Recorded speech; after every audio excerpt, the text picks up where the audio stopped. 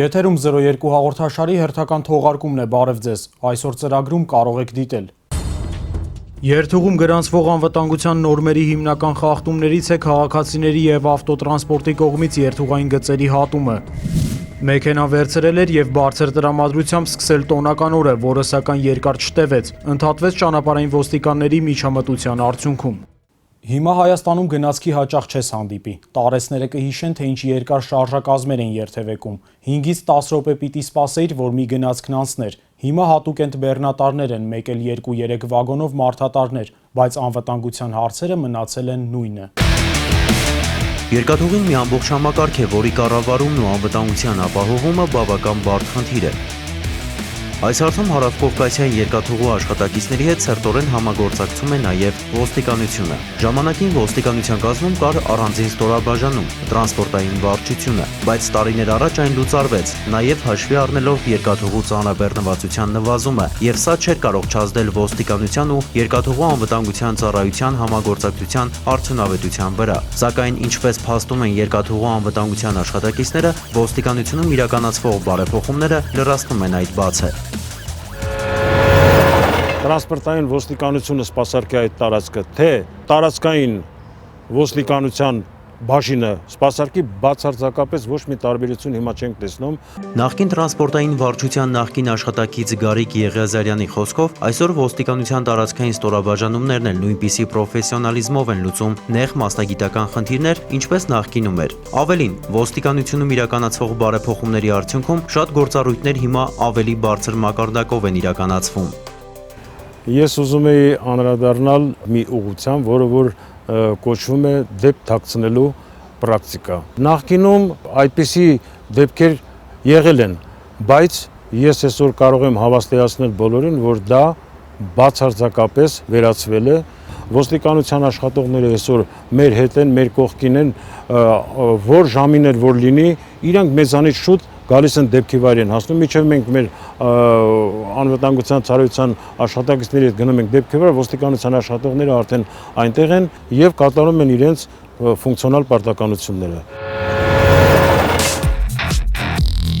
Իսկ դեպքեր ցավոք լինում են, այն էլ ինչպիսի։ Երկաթուղում գրանցվող անվտանգության նորմերի հիմնական խախտումներից է քաղաքացիների եւ ավտոտրանսպորտի կողմից երկաթուղային գծերի հատումը։ Փորձը ցույց է տալիս, որ մեր քաղաքացիներից շատերն են քամահրանքով մոտենում երկաթգծերը հատելու կանոններին եւ որպես վարորդ եւ որպես հետիոտն։ Ասում են, աշխարհի բոլոր երկրների մեքենավարներն էլ իրենց աշխատանքի ընթացքում մի քանի մարդ են սպանում։ Սպանել բառն իհարկե ճակերտավոր է, քանի որ աշխարհում դեռ ոչ մի մեքենավարի չեն դատել վրաերթի համար։ Ու սա բնական է, քանի որ մեքենավարը պարզապես անկարող է դեմ գնալ ֆիզիկայի օրենքներին եւ ինչ որ մի հրաշքով կանխել պատահարը։ Մեքենավար Սամվել Հարությունյանի բախտը սակայն բերել է։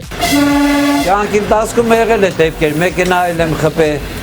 մարդել եմ գցել տակը, բայց փառք Աստծո մարդկային զոհեր չեմ տվել։ 2013 թվականի ապրիլի 12-ի գիշերը Նորագավիթի մոտ երկաթգծի հատվածում մի կին ընկել է գնացքի տակ եւ մարմնական վնասվածքներով տեղափոխվել հիվանդանոց։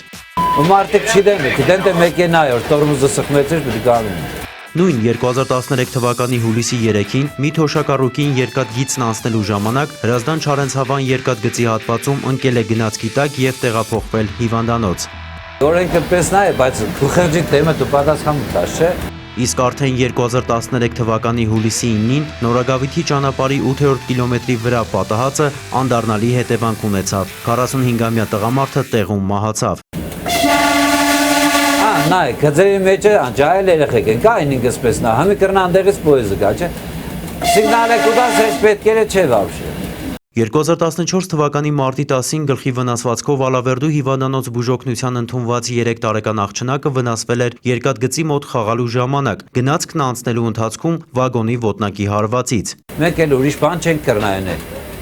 Կնայես որ մարդը տակը կգնի, բայց ուրիշ հնարավորություն չունես։ Մենակ տորմուզ կենեմ ու ես ուրիշ բան չեմ կրնայել։ Նույն 2014 թվականի հոկտեմբերի 18-ին Մասիս Երևան ուղեմասի արգելափակոցով անցումի վրա արգելված գոտիով անցնելիս վրաերթի է ենթարկվել 32-ամյա մի տղամարդ, որը տեղում մահացել է։ Գիշերով անցնելիս խմած մարդ էր։ Ականջի ճոտը կտրեցին։ Հեչ բան չեղավ, մենակ ականջի ճոտն էր կտրել։ Հելա մեզ է լավ քվերդ է։ Պակաս անփույթ ու կարգազանց չեն մեր հայրենակից որոշ վարորդներ, պարզապես անհասկանալի լինելու աստիճանի անփույթ, ըստ մեր մեքենավարի, բանը երբեմն հասնում է անգամ զավեշտի։ Ազատանի բանը 2730 կիլոմետրում Պերեզդե վաղտնի ախրանյայիսի մեքենայի զարգեցի մինչև հասա Երևան սաղ զանգենգը դե ինչ եղե դե հերստացուցուց էին տվել սաղ զանգենգը դե սանվեց էլեկտրո գնաց կարեկը ձեր բանը շոշովես գնացեք սեմ ինչ եղե վարորդը սել էր դե ուղեղը ցնցում էր ստացել սել էր ես ինձ համար կանգնած եք գնաց նեգավ զարգեց գնա Թե որքան կարգազանց են վարորդները գծանց հատելիս, համոզվեցինք ընդամենը կես ժամ գծանցում լինելու ընթացքում։ Ու թեև գծանցը ավտոմատ կարգավորվում էր, բայց հերթապահ Սարիբեկ Ասատրյանն ամեն անգամ անձամբ կանգնում էր մեքենաների առաջ, գոնե իր տեսքով կանխելու կարգազանց վարորդներին։ Իսկ թե ինչ կլինի, եթե մարմնով չփակի մեքենաների մուտքը գծանց, պատասխանեց. Ինչ կլինի, մեքենաներից մտին գնաց տակ, որովհետև մեր ժողովուրդը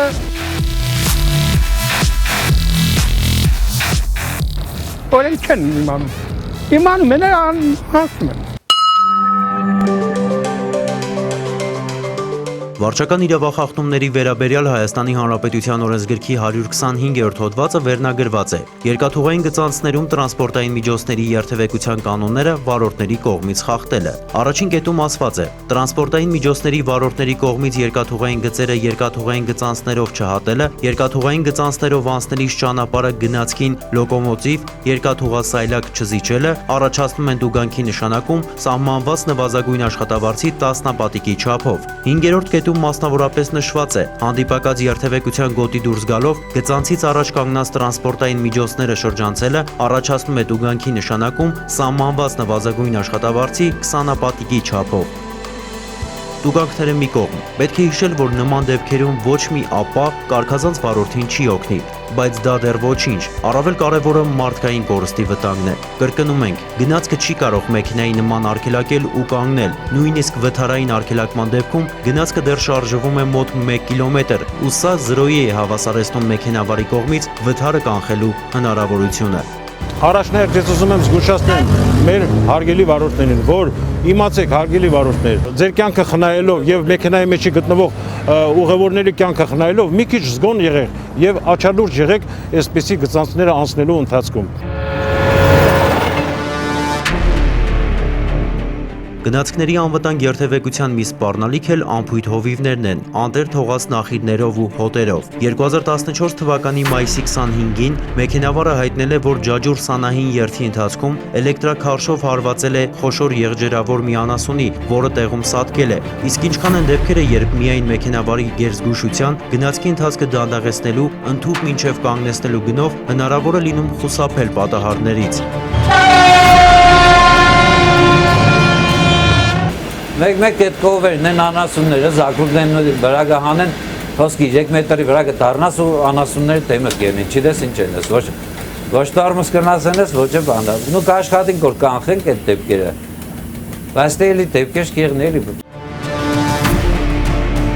Երկաթուղու աշխատակիցները հիշեցին տարիներ առաջ կատարված մի դեպք, երբ հովիվը նախիրը թողած որոշել էր մի քիչ քնել։ Հարմար տեղ չգտնելով գլուխը դրել էր ռելսին։ Քունն այնքան անխռով էր, որ միայն վերջին պահին էր լսել գնացքի անվերջանալի շչակները, զարթնել ու գլուխն ազատել, գնացքի տակ թողնելով միայն ձեռքը։ Վատն այն է, որ կենդանիների անօրինական արածեցման հետ կապված դեպքերի թիվն ավելանում է՝ 28 դեպք 2013 թվականին, 30 դեպք 2014 թվականին։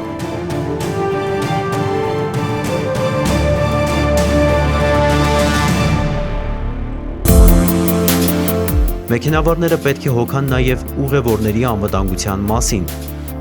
Այդ արագության տակ որ տորմուս կենենք մենք, կրնա այդ պահին երեխա ես ենք, բռնված չէ, բան չէ, կրնա ինքը մի ամից զարգեք հով ճարդի, կրնա գլով ճարդի, հետո կրնա աբագու մոդերնի, աբագուն զարգի, ես չեմ կրնա ասել, իշք։ Գնացքների անվտանգության համար մի առանձին պատուհաս էլ երեխաներն են։ Էլ քար ու երկաթ են դնում ռելսերին, քար շպրտում գնացքների վրա։ Եղել են դեպքեր, որ ուղևորները վնասվածքներ են ստացել նետած քարերից ու կոտրված ապակիներից, ու ոչ միայն ուղևորները։ Ես վերջերս մեքենավարն էին զարգի ապակին էին ջարդել, մեքենավարի ձեռներ կտրել թե ինչ եղել։ Հարավկովկասյան երկաթուղու աշխատակիցները ոստիկանների հետ համատեղ միջոցառումներ են անցկացնում դպրոցներում, երեխաներին բացատրում, թե ինչ վտանգավոր են նրանց անգիտակից արարքները։ Այս քարոզչության պտուղները դեռ պետք է հասունանան, բայց շատ կարևոր է նաև ծնողական դաստիարակությունը։ Հիմնականում այս սեզոնին արդեն երեխեքը դպրոցական արձակուրդների կեշտան, պրոստը խնդրած կերնեմ, որ իրանք ծնողները տեր եղնին, հատկապես ով որ կձերի մոտիկ է։ Համատեղ բացատրական աշխատանք է տարվում նաև գյուղապետարանների, գյուղացիների հետ, որ կենդանիների արածեցումն ու գծանցումն իրականացնեն միայն հատուկ նախատեսված վայրերում։ Տարածված մի գլխացավանք էլ, որը վտանգում է գնացքների երթևեկության անվտանգությունը, գունավոր մետաղի գողությունն է երկաթուղային վազուրդիներից։ Հատկապես տարածված է կապի մալուխի գողությունը, ինչը հանգեցնում է լուսացույցների աշխատանքի խախտման, կայարանների միջև կապի կորստին եւ հետեւաբար գնացքների երթևեկման լիարժեք կարգավորման անհնարինությանը։ Ամեկը մի 100 գրամ լինի, թե չնի ինքը եկամուտ չեն ստանա դրանից։ Մի 1500 կամ 2000 դրամ պիտի չեմ կարող ասեմ կոնկրետ, բայց մեզ կվնասեն իրանք շատ մեծ ուժի կհասցնեն մեզ, էլի, որովհետև համ գիշեր, եթե հաստատ չեն գիշերով ալնում, գիշերով գալիս ես դու քո գնում ես, մեքենա ես, վառելիք ես ծախսում, աշխատողներ ես, բրիգադ ես հավաքում, ուղարկում ես, ոստիկանությունն է գալի, մեր անվտանգության ծառայողները մեծ բան է կատարում այդ ժամանակ, էլի։ Այդ պղնձի մի փուճուր կտորը գողանալու, այստեղ գցում է կեղծ զբաղվածություն։ Դա հերթապային անխափան աշխատանք խանգարում է ինքը, հերթապան չգիտի հիմա այնտեղ կոնկրետ ինչ է։ Ռեսնա ջարդված, թե ինչ է, մարդ ուղարկի ինքը գնա, որ տենան կոնկրետ ինչ է այստեղ կատարվում, որ նոր գնացք ընդունում։ Այդ դեպքում արդեն գնացքը մնում է կանգնած։ Այս մանր թվացող գողությունների պատճառով ավտոմատ փակվում են ուղեփակոցները, ավտոմատ կապը խանգարվում է եւ ողջ պատասխանատվությունն ընկնում է հերթապահների վրա։ Իսկ հայտնի է, որ մարդկային գործոնը կարող է հավելյալ վտանգ լինել։ Երևան կայարանի ծառայություններից օրական օգտվում է ավելի քան 1000 ուղևոր, իսկ ամառային փոխադրումների սեզոնին մոտ 2000։ Երկաթուղու անվտանգության ծառայությունը ոստիկանության համապատասխան ստորաբաժանումների հետ համատեղ ամեն ինչ անում է, որպեսզի ապահովի ուղևորների անվտանգությունը եւ ամեն ինչ լինի ամենաքաղաքակիրթ մակարդակով։ Այս հարցում էլ արագ արձագանքման անձնակազմի պետ Գարիկ Եղիազարյանը կարևորում է ոստիկանությունում կատարված բարեփոխումները։ Բոլորս էլ գիտենք, թե երևի նկատել եք նախկինում, թե ինչպես էին վերաբերվում գյուղմթերը բերող քաղաքացիների հետ, գյուղացիների հետ, որոնք որ բերում էին վաճառքի իրենց գյուղմթերքը շուկայի տարածքում։ Այսօր դա վերացված է։ Այսօր ոստիկանը իր անմիջական միջնորդությամբ օգնում է այդ գյուղմթերքը բերող քաղաքացիներին, որ իրենց ոչ մեկ չանհանգստացնի։ Շուտով սկսվելու է ամառային փոխադրումների սեզոնը, իսկ երկաթուղում անվտանգ ու քաղաքակիրթ երթևեկությունն ապահովված է։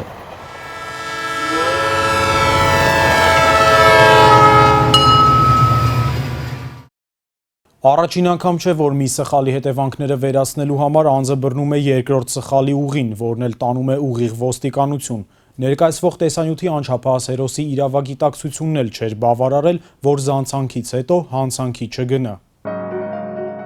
Մայիսի 22-ը յուրահատուկ օր էր դպրոցականների, հատկապես շրջանավարտների համար, որոնք տոնում էին վերջին զանգը։ Հանրապետության ողջ տարածքում զգացվում էր վերջին զանգի շունչը, գրեթե բոլոր բնակավայրերում կարելի էր տեսնել փողոցներով զբոսնող տոնական հագնված ուրախ շրջանավարտների, փուչիկներով զարդարված մեքենաներ։ Տոնական օրը կամ նույնիսկ օրերը արդեն անցյալում են եւ բոլորն էլ կարելի ասել անցել են իրենց առօրյային։ Շրջանավարտներից առնվազն մեկի համար վերջին զանգի օրը սակայն ոչ այնքան հաջող էր։ Համենայն դեպս ոչ այնպես, ինչպես ինքն էր նախապատրաստվել։ 17-ամյա Հարությունը, ում անչափահաս լինելու հանգամանքը հաշվի առնելով անձնական տվյալները ամբողջությամբ չենք հրապարակում, դեմքն էլ ցույց չենք տալիս, հիշյալ օրը նույնպես տոնական միջոցառումների մասնակից էր։ Նա էլ էր ավարտում դպրոցը։ Իր ասելով մյուսներից հետ չմնալու եւ օրն առավել հիշարժան դարձնելու համար, անտեսելով իրավապահների հորդորները, որոշել էր այդ օրը ինքն էլ մեքենայով շրջել քաղաքում։ Մեքենայի վերցրել պրակատ, մեկ օրով Մեքենան վերցրել էր եւ բարձր տրամադրությամբ սկսել տոնական օրը, որը սակայն երկար չտևեց եւ ի ցավ իրեն ընդհատվեց ճանապարհային ոստիկանների միջամտության արդյունքում։ Բնականաբար ոչ կանոնավոր երթևեկի համար գրավեց ճանապարհային ոստիկանության աշխատակիցների ուշադրությունը։ Շատերի նման նրա մեքենան էլ տեղափոխվեց ճանապարհային ոստիկանության հատուկ պահպանվող տարածք։ Տարել էին պլաշատկա, փոր պետք որ հանեի, չգիտեի ինչ անեի։ Իր անհեռանկար քայլի պատճառով Հարությունը հայտնվեց անելանելի վիճակում։ Փող չկար, վերցնելու տեղ էլ չուներ, իսկ տնեցիներին չէր ուզում ասել կատարվածի մասին։ Իր ասելով ստիպված անցել էր պլան B-ին, փող հայթայթելու ապօրինի ճանապարհին։ Գնացի մարմնավաճառ մոտիկացա, խոսացի, շեղեցի իրան, ուսունքեն վերցրեցի ու փախա։ Այս անգամ էլ նրա ծրագրերին վիճակված չէր իրականանալ։ Մոտակայքում էին ոստիկանության Շենգավիթի բաժնի ծառայողները։ Կես գիշերնա ծառայություն էին կատարում Եղբայրության փողոցում, հանկարծ լսեցինք մի կնոջ բղավոց, որը գոռում էր եւ օգնություն էր կանչում։ Մոտիկանալով նրան պարզեցինք, որ անհայտ անձը կողոպտել է նրան եւ դիմել փախուստի։ Համայնքային ոստիկանների եւ ՊՊՑ գնդի ծառայողների հետ միասին հետապնդեցինք նրան եւ նկատեցինք, որ փախուստի դիմելով մտնում է շենքերից մեկը։ Շրջապատելով շենքը, հայտնաբերեցինք նրան եւ բերման ենթարկեցինք ոստիկանության Շենգավիթի բաժին։ Րոպե նրանց Հարությունն արդեն պատմում էր կատարածը։ Փաստի արդիվ հարուցվել է քրեական գործ կողոպուտի հատկանիշներով։ Հարությունը ստորագրությամբ բաց է թողնվել։ Քննությունը շարունակվում է։ Հայաստանի ոստիկանությունը շարունակում է զարգացնել համագործակցությունը միջազգային տարբեր կառույցների հետ։ Նպատակը փորձի փոխանակումն է, հաջողված փորձերի գնահատումը, տեղայնացումն ու ներդրումը։ Արևելյան գործընկերության ոստիկանական համագործակցության եռամյա գործողությունների ծրագրի շրջանակներում մայիսի 25-ից 27-ը Հայաստանի Հանրապետության ոստիկանության կրթահամալիրում անցկացվեց ռազմավարական կառավարում ոստիկանական կառավարման ստանդարտներ թեմայով դասընթաց ոստիկանության գլխավոր խմբի պաշտոններ զբաղեցնող ծառայողների համար։ Դասընթացը վարում էին Լեհաստանի Հանրապետության ներքին գործերի նախարարության մարդկային ռեսուրսների զարգացման վարչության փորձագետները։ Կրթահամալիրի պետիտեղակալ ոստիկանության գնդապետ Տիգրան Եսայանը ողջունեց միջոցառման մասնակիցներին եւ շնորհակալություն հայտնեց մասնակցության հրավերն ընդունելու համար։ Կարևորելով եվրոպական երկրների հետ ոստիկանական սերտ փոխհամագործակցությունը, նա հույս հայտնեց, որ դասընթացի ընթացքում ձեռք բերված գիտելիքները կլինեն արդյունավետ եւ կիրառելի ամենօրյա աշխատանքում։ Նման դասընթացների կազմակերպումը հատկապես կարևոր են ոստիկանության համակարգում ղեկավարների մասնագիտական կատարելագործման համար։ Ոստիկանության շտաբի միջազգային ոստիկանական համագործակցության բաժնի պետ, ոստիկանության փոխգնդապետ Արմեն Սեթրակյանը ներկայացրեց Եվրոպական հանձնաժողովի կողմից նախաձեռնած Արևելյան գործընկերության ոստիկանական համագործակցության 2015-ից 2017 թվականների գործողությունների ծրագիրը, որի նպատակն է աջակցել Եվրոպական միության եւ Արևելյան գործընկերության երկրների միջև ոստիկանական համագործակցության զարգացմանը, հատկապես անդրազգային հանցավորության դեմ պայքարում։ Այդ նպատակով առանձնացվել են առաջնային ուղղություններ, կկազմակերպվեն մի շարք վերապատրաստման դասընթացներ, սեմինարներ եւ ուսումնական այցեր։ Միջոցառման ավարտին մասնակիցներին տրվեցին ավարտական հավաստագրեր։ Այսօրվա համար նախատեսել ենք այսքանը, ցտեսություն։